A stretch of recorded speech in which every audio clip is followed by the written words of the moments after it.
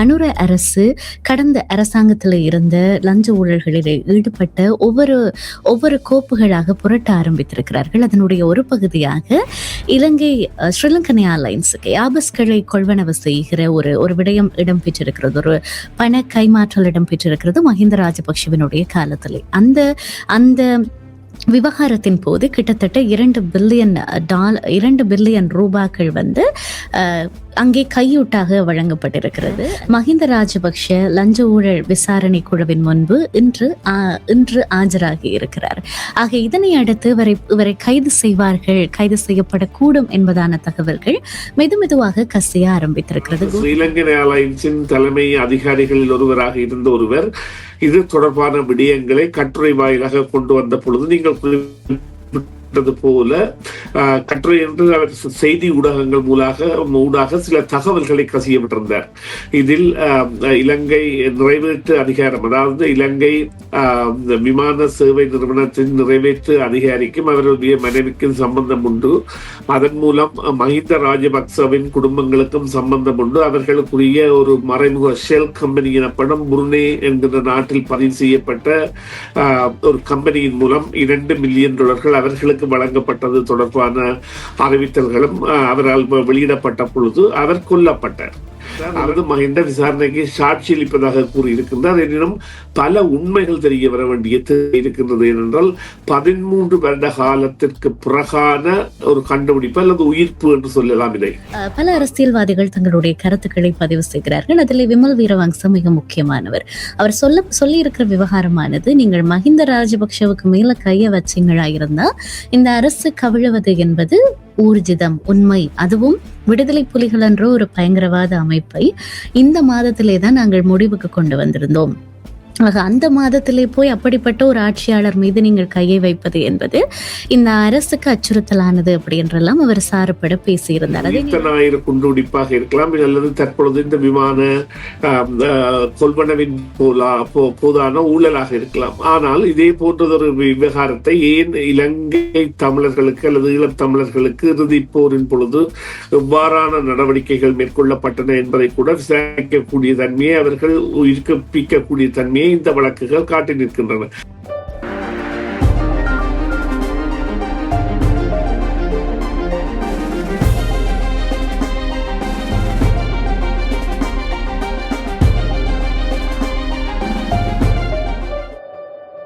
CMR தமிழோடு இணைந்திருக்கிறீர்கள். நேரம் 10:34 இருக்கிறது. இது ஒரு முக்கியமான உரையாடலை நிகழ்த்துவதற்கான நேரம். அரசியல் மற்றும் சமூக தளங்களில் நடக்கும் மிக முக்கியமான பேசு பொருட்களை நாங்கள் இங்கே விவாதிப்பது உண்டு. அந்த வகையில் இப்பொழுது இலங்கையை பொறுத்த வரைக்கும் மிக முக்கியமாக, அதுவும் இந்த மே மாதத்திலே அதிக முக்கியமாக தமிழர்களாலும் சரி சிங்களவர்களாலும் சரி பார்க்கப்படுகிற ஒரு விவகாரம் நடந்து கொண்டிருக்கிறது. அனுர அரசு கடந்த அரசாங்கத்தில் இருந்த லஞ்ச ஊழல்களில் ஈடுபட்ட ஒவ்வொரு கோப்புகளாக புரட்ட ஆரம்பித்திருக்கிறார்கள். அதனுடைய ஒரு பகுதியாக இலங்கை ஸ்ரீலங்கன் ஏர்லைன்ஸுக்கு ஆபஸ்களை கொள்வனவு செய்கிற ஒரு விடயம் இடம்பெற்றிருக்கிறது. ஒரு பண கைமாற்றல் இடம்பெற்றிருக்கிறது மஹிந்த ராஜபக்ஷவினுடைய காலத்திலே.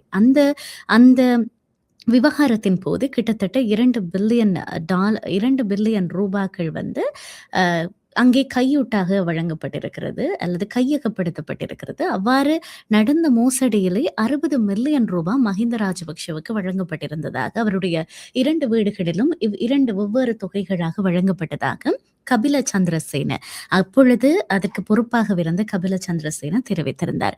ஆனால் மிக முக்கியமான விடயம் என்னவென்றால், அதே கபில சந்திரசேன ஒரு சில தினங்களுக்கு முன்னர் யாரும் அறியாத வகையிலே இங்கே அவருடைய வீட்டிலே வைத்து இறந்து கிடந்த செய்தி உங்களுக்கு கிடைத்திருக்கும் என்று நினைக்கிறோம். அதே போல இதற்கு முன்னம் 2020ஆம் ஆண்டு இந்த ஏபஸ்கள் வாங்குவதிலே இடம்பெற்ற இந்த ஊழல் குறித்து எழுதியிருந்தவர் ரஜீவ ஜாவீர. இவருமே 2020ஆம் ஆண்டு சுதந்திர சதுக்கத்திலே யாரும் அறியாத வகையிலே இறந்து கிடந்ததும் இந்த இடத்திலே குறிப்பிடத்தக்கது. ஒரு சுதந்திர சதுக்கம் போன்ற ஒரு பெரிய பொது அரங்கிலே ஒரு CCTV தடம் கூட இல்லாமல் அவர் கொல்லப்பட்டிருந்தது மிகுந்த ஆச்சரியமான செய்தியாக இருந்தது. ஆக இப்படி இருக்க மஹிந்த ராஜபக்ஷ லஞ்ச ஊழல் விசாரணை குழுவின் முன்பு இன்று ஆஜராகி இருக்கிறார். ஆக இதனை அடுத்து இவரை கைது செய்வார்கள், கைது செய்யப்படக்கூடும் என்பதான தகவல்கள் மெதுமெதுவாக கசிய ஆரம்பித்திருக்கிறது. கோத்தபாய ராஜபக்ஷவும் அந்த இடத்துக்கு போயிருக்கிறார். இது தொடர்பாக ஏனைய அரசியல்வாதிகள் கருத்து தெரிவித்திருக்கிறார்கள். இந்த விடயம் தொடர்பாக பேச போகிறோம். வணக்கம் சுரேஷ் தர்மா. வணக்கம். வணக்கம் பிரியா. வணக்கம் நேர்களே. மற்றொரு உரையாடலிலே உங்களை சந்தித்திருப்பதில் மகிழ்ச்சி சுரேஷ் தர்மா. இது என்ன இந்த ஏபஸ் கையூட்டு விவகாரம்? நிச்சயமா இது இரண்டாவது தடவை மஹிந்த ராஜபக்ச ஆட்சிக்கு வந்த பொழுது 2011ஆம் ஆண்டு இடம்பெற்ற சம்பவங்களில் ஒன்றாக அல்லது பெரிய சம்பவமாக இது கருதப்படுகின்றது. இங்கே இடம்பெற்ற சம்பவம் யாதென்று சொன்னால் 12 ஏபஸ் விமானங்களை இலங்கை விமான சேவைக்கு வாங்குவதற்காக பிரான்ஸ் ஏபஸ் நிறுவனத்துடன் ஒப்பந்தம் செய்யப்பட்டது.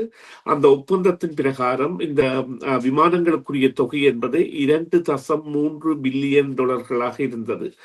அந்த $2.3 பில்லியன் 16 மில்லியன் லஞ்சமாக கொடுக்கப்பட்டதாக கண்டறியப்பட்டு அது தொடர்பான வழக்கு என்பது 2020ஆம் ஆண்டில் பிரித்தானியாவில் பிரபல்யமாக நடத்தப்பட்டு அந்த அதாவது விமான சேவை நிறுவனத்தின் பணிப்பாளரும் மனைவியும் கைது செய்யப்பட்டிருந்தார்கள் 2020ஆம் ஆண்டு பிப்ரவரி மாதம் என்று நினைக்கின்றேன். அவர்கள் கைது செய்யப்பட்டதற்கான காரணம், இது நடந்த விடயம் எவ்வாறு சொன்னால், இந்த மஹிந்த ராஜபக்ஷ குடும்பம் தாங்கள் பதவிக்கு 2ஆம் தினம் வந்ததும் இந்த விமான இலங்கை அதாவது ஸ்ரீலங்கா ஏர்லைன்ஸ் எனப்படுகின்ற விமான நிறுவனத்தை தங்களுடைய கட்டுப்பாட்டிற்குள் கொண்டு வந்து இயக்குநர்களாக தங்களுக்கு தெரிந்தவர்களையும் சமல் ராஜபக்ஷ அதாவது மஹிந்த ராஜபக்ஷவின் மூத்த தம்பியினரின் மகன் சர்மிந்த என்கின்றவரை முக்கிய இயக்குநராக போட்டு அவர் மூலம்தான் இவ்வாறான நடவடிக்கைகள் மேற்கொள்ளப்பட்டிருக்கின்றன. அதன் பொழுது அவர்கள் அப்பொழுது விமான சேவை அமைச்சராக இருந்தவர் கூட தனக்கு இந்த விவகாரங்களில் தன்னை ஒரு இயக்குனர் சபை கூட்டங்களுக்கும் அழைப்பதில்லை என்று குறிப்பிட்டதானது நிச்சயமாக இவர்களுக்கு ஒரு முரண்பாடு இருந்ததை அல்லது இவர்கள் ஏதோ ஒரு திசையில் பயணித்ததை காட்டியிருந்தது. இருந்த பொழுதிலும் ஸ்ரீலங்கன் ஏர்லைன்ஸின் தலைமை அதிகாரிகளில் ஒருவராக இருந்த ஒருவர் இது தொடர்பான விடயங்களை கட்டுரை வாயிலாக கொண்டு வந்த பொழுது நீங்கள் போல கட்டுரை என்று அவர் செய்தி ஊடகங்கள் ஊடாக சில தகவல்களை கசியப்பட்டிருந்தார். இதில் இலங்கை நிறைவேற்று அதிகாரம் அதாவது இலங்கை விமான சேவை நிறுவனத்தின் நிறைவேற்று அதிகாரிக்கும் அவருடைய மனைவிக்கும் சம்பந்தம் உண்டு. அதன் மூலம் மஹிந்த ராஜபக்சவின் குடும்பங்களுக்கும் சம்பந்தம் உண்டு. அவர்களுக்குரிய ஒரு மறைமுக ஷெல் கம்பெனி எனப்படும் புருனே என்கிற நாட்டில் பதிவு செய்யப்பட்ட ஒரு கம்பெனியின் மூலம் $2 மில்லியன் அவர்களுக்கு வழங்கப்பட்டது தொடர்பான அறிவித்தல்களும் அவரால் வெளியிடப்பட்ட பொழுது அவர் கொல்லப்பட்டார். அவர் கொல்லப்பட்டாலும் இதன் தொடர்பான விசாரணைகளை மேற்கொண்ட பிரித்தானிய நீதிமன்றம் அவ்வாறான பணம் மீண்டும் புருனேயிலிருந்து சிங்கப்பூருக்கு அவர்களுடைய கம்பெனிக்கு மாற்றப்பட்டதாக கண்டறிந்த பொழுது இந்த கொலை சம்பந்தமான விவகாரத்தில் சமிந்த சாமல் ராஜபக்ச அதாவது சாமல் ராஜபக்சவின் கடைசி புதல்வரான சமிந்த அவர் இப்பொழுது அமெரிக்காவில் இருக்கின்றார். அவருக்கு சிவப்பு பிடியானை சர்வதேச போலீஸ் மூலம் விடுப்பதற்கான அறிவித்தலையும் இந்த விசாரணை தற்பொழுது மேற்கொண்டுள்ளது. இவ்வாறாக இந்த விசாரணை என்பது ஒரு முக்கிய கட்டத்திற்கு வருவதற்கு காரணம் இதில் புரண்டுள்ள பணமும் $16 மில்லியன் என்பது இலங்கை பணத்தில் ஒரு பெரிய தொகை. அந்த தொகையில் பெரும்பாலான தொகை என்பது மஹிந்த ராஜபக்ஷ குடும்பங்களுக்கு போனதான செய்தியின் ஆதாரத்தை நிரூபிப்பதற்காக தற்பொழுதைய முயற்சிகள் என்பன இடம்பெற்று வருகின்றன. அந்த வகையில் தற்பொழுது மஹிந்த ராஜபக்ஷவையே விசாரணைக்கு அழைப்பதற்கான முயற்சிகள் மேற்கொள்ளப்பட்டிருக்கின்றன. இப்பொழுது பார்க்க வேண்டிய விடயம் என்னவென்றால் 2013ஆம் ஆண்டு நடந்த ஒரு விடயம் இவ்வாறு 2026ஆம் ஆண்டு ஒரு விசாரணைக்கு முக்கியத்துவம் பெறும் என்றால் 13 வருடங்கள் சம்பவங்களும் சாட்சிகளும் மறைக்கப்பட முயற்சி செய்யப்பட்ட பொழுதும் கொலைகள் மேற்கொள்ளப்பட்ட பொழுதும் சிடிவிசி கேமராக்கள் போன்றவை எல்லாம் அளிக்கப்பட்ட பொழுதும் அது மீண்டும் வருகின்றது. குறிப்பாக இந்த 2020 கொல்லப்பட்ட என்று அவர் ஒரு கொழும்பில் உள்ள ஒரு பிரதான பூங்காவில் ஒரு சடலமாக கண்டெடுக்கப்பட்ட பொழுது அவர் எழுதியாக கூறப்பட்ட கடிதம் ஒன்றும் கண்டெடுக்கப்பட்டதாக கூறினாலும் அது அவரால் எழுதப்படவில்லை என்பது கண்டுபிடிக்கப்பட்டு இந்த விசாரணை என்பது தூண்டப்பட்டது. இப்பொழுது ஒரு ஹாலிவுட் திரைப்படத்தை பார்ப்பது போல இது சென்று கொண்டிருந்தாலும் மஹிந்த போன்றவர்களுக்கான ஒரு அவர்களுடைய தற்பரியத்திற்கான நீதிமன்றத்தை நாடும் அல்லது சிறை செல்லும் சந்தர்ப்பத்தை ஏற்படுத்தக்கூடிய வகையில் இது சென்று கொண்டிருக்கின்றது. ஒரு பக்கத்தால் கொத்தபய ராஜபக்ஷ எவ்வாறு சுரேஷ் சாலே மற்றும் பிள்ளையான் ஆகியோரால் உயிர்த்த ஞாயிறு குண்டுவெடிப்பு சம்பந்தமாக சிறைக்கு செல்லக்கூடிய சகல அதாவது அனுகூலங்களையும் கொண்டிருக்கின்றாரோ அது போன்றது ஒரு அனுகூலத்தை மஹிந்த தற்பொழுது வந்திருக்கின்றார் அல்லது மஹிந்த விசாரணைக்கு சாட்சி அளிப்பதாக கூறியிருக்கின்றார். எனினும் பல உண்மைகள் தெரிய வர வேண்டிய இருக்கின்றது. ஏனென்றால் 13 வருட காலத்திற்கு பிறகான ஒரு கண்டுபிடிப்பு அல்லது உயிர்ப்பு என்று சொல்லலாம் இதை. அதுதான் இந்த சுருக்கமான விடயம். ஆனால் நாங்கள் நிச்சயமாக இதை ஒரு பிரதானமான விடயமாக கருத வேண்டும். நிச்சயமாக இலங்கையினுடைய பொருளாதாரத்தை மீள கட்ட வேண்டுமாக இருந்தால் கடந்த அரசில் இடம்பெற்ற ஊழல்கள் தான் பெருமளவு இலங்கையை ஒரு மோசமான நிலைக்கு தள்ளி இருந்தது. ஆக எந்த இடத்துல அது அதிகமாக கையகப்படுத்தப்பட்டதோ அங்கிருந்து தான் மீள பெற முடியும். ஆக இந்த நேரங்களிலே இந்த கோப்புகள் தூசு தட்டப்படுவதும் ஆராயப்படுவதும் உண்மையிலுமே வரவேற்கத்தக்க ஒரு விடயம். ஆனா இது ஒரு பக்கம் நிகழ்ந்து கொண்டிருக்கு. இன்னொரு பக்கத்திலே மஹிந்தவின் மீதான விசுவாசத்தை காட்டுவதற்காகவும் சரி, இல்லாவிட்டால் நடைமுறை அரசை எதிர்ப்பதற்காகவும் சரி, பல அரசியல்வாதிகள் தங்களுடைய கருத்துக்களை பதிவு செய்கிறார்கள். அதில் விமல் வீரவங்சம் மிக முக்கியமானவர். அவர் சொல்லி இருக்கிற விவகாரமானது, நீங்கள் மஹிந்த ராஜபக்ஷவுக்கு மேல கைய வச்சீங்களா இருந்தா இந்த அரசு கவிழுவது என்பது ஊர்ஜிதம், உண்மை. அதுவும் விடுதலை புலிகள் என்ற ஒரு பயங்கரவாத அமைப்பை இந்த மாதத்திலே தான் நாங்கள் முடிவுக்கு கொண்டு வந்திருந்தோம். ஆக அந்த மாதத்திலே போய் அப்படிப்பட்ட ஒரு ஆட்சியாளர் மீது நீங்கள் கையை வைப்பது என்பது இந்த அரசுக்கு அச்சுறுத்தலானது அப்படி என்றெல்லாம் அவர் சாரப்பட பேசியிருந்தார். அதே நேரம் நடைமுறை அரசு தான் நிகழ்த்துகிற ஊழல்களை கணக்கில் எடுக்காம அதுக்கான பதில்களை வழங்காம மஹிந்தராஜ் பழைய அரசாங்கத்தினுடைய கோப்புகளை கிளறுவதற்கு என்ன காரணம் என்கிற மாதிரியான கருத்துக்களை எல்லாம் பதிவு செய்திருந்தார். இவ்வளவு தூரம் விசுவாசத்தை காண்பிக்க என்ன காரணம்? ஒருவேளை விமல் வீரவங்சவுக்கும் ஏதேனும் விடயங்கள்ல தொடர்பு இருக்கிறதா? இல்ல, இது இனவாதத்தின் தன்மை. அதாவது நிச்சயமாக மஹிந்த ராஜபக்ஷ இந்த விஷயத்தில் சிக்க போகின்றார் என்பது தெரிந்தவுடன் இனவாத உச்ச புள்ளியாக அவர்களை பொறுத்தவரையில் அவர்கள் ஒரு அதாவது இலங்கையை மீட்டவர் என்கின்ற ஒரு கருத்தியலுக்குள் உள்ளவர்கள், அல்லது இனப்படுகொலை என்பதை மறைப்பதற்கும் அங்கே இடம்பெற்றது ஒரு போர் என்பதற்கான நடைமுறைகளை கொண்டவர்களாகவும் இருக்கின்ற காரணத்தால் அவர்களை பொறுத்தவரையில் இதை ஒரு அரசியல் பிரசன்னத்திற்குரிய அல்லது அரசியல் ரீதியாக இந்த குடும்பம் பழிவாங்கப்படுவதற்கான சகல முனைப்புகளும் எழும்புவதை கண்டு இவ்வாறான முயற்சிகளை மேற்கொள்கின்றார்கள். இருந்த பொழுதிலும் இந்த வழக்கு என்பது அனுர திஸ்ரகுமார் நாயக்காவினால் கொண்டு வரப்படவில்லை. இது 2020ஆம் ஆண்டு அந்த கணவனும் மனைவியும் பொது முகாமையாளர் தலைமை நிறைவேற்று அதிகாரியும் அவருடைய மனைவியும் கைது செய்யப்பட்டதன் பிறகும், மற்றது மஹிந்த ராஜபக்ஷவின் கீழ் அமைச்சராக விமானத்துறை அமைச்சராக இருந்த பிரியங்கர ஜெயரத்ன என்பவர் கொடுத்த வாக்குமூலம், தனக்கு ஒன்றும் எதிரியாது, இவர்கள் தான் முழுக்க நடத்துவது போன்றவையும், மற்றது நீங்கள் ஏற்கனவே குறிப்பிட்டது போல இப்பொழுது இந்த கபில சந்திரசேனா என்பவரின் மறைவு போன்ற விடயங்களும் அதெல்லாம் உண்மையிலேயே இது ஒரு சாதாரணமாக நடைபெறவில்லை. பல விடயங்களை மறைப்பதற்காக நடைபெறுகின்றன. இவைகள் எல்லாவற்றையும் மாற்றி இதை ஒரு இனவாத முலாம் பூசி அல்லது மக்களை எதிர்ப்பலை கொண்டு வர வைப்பதற்கான முயற்சி. இங்கே உள்ள விடயம் என்னவென்றால், தற்பொழுது சர்வதேசத்தை பொறுத்தவரையில் தெரிந்த உண்மைகள் 2 என்னவென்றால், இலங்கை அரசாங்கத்தால் விசாரிக்க முடியும் எந்த ஒரு விவகாரத்தையும். ஆனால் அவர்கள் விசாரிக்காமல் இதனை காலத்தை கடத்துகின்றார்கள் என்கின்ற ஒரு விடயத்தை தான் அவர்கள் செய்து வருகின்றார்கள். அது உயிர்த்த ஞாயிறு குண்டுவெடிப்பாக இருக்கலாம், அல்லது தற்பொழுது இந்த விமான கொள்வனவின் போதான ஊழலாக இருக்கலாம். ஆனால் இதே போன்றதொரு விவகாரத்தை ஏன் இலங்கை தமிழர்களுக்கு அல்லது ஈழத்தமிழர்களுக்கு இறுதி போரின் பொழுது எவ்வாறான தவறான நடவடிக்கைகள் மேற்கொள்ளப்பட்டன என்பதை கூட விசாரிக்கக்கூடிய தன்மையை, அவர்கள் உயிர்ப்பிக்கக்கூடிய தன்மையை இந்த வழக்குகள் காட்டி நிற்கின்றன.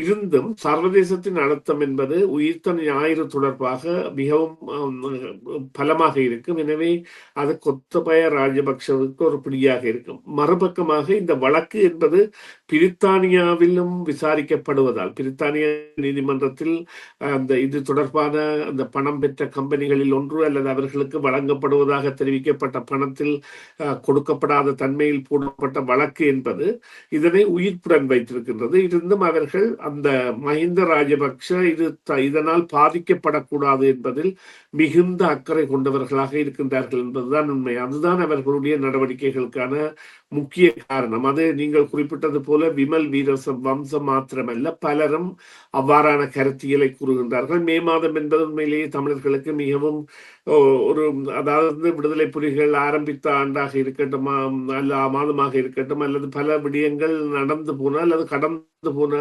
மாதங்களாக இருக்கட்டும், அவ்வாறு இருக்கின்ற காரணத்தில் அவர்களும் அதனை ஒரு சாதகமாக பயன்படுத்தி அதற்கு ஒரு முலாம் பூச பார்க்கின்றார்களே தவிர, இது இப்பொழுது ஆரம்ப ஒரு விசாரணைக்கு வந்த விடயமாகவும் இனிவரும் மாதங்களில் இது நிச்சயமாக ஒரு பல பெற்ற விசாரணையாக செல்லக்கூடிய சாத்தியக்கூறு இருந்த பொழுதும் அனுர அரசாங்கம் எவ்வாறு இதனை கொண்டு செல்ல போகின்றது என்கின்ற விடயம் இருக்கின்றது என்றால் இதற்கு துணிவு தேவை.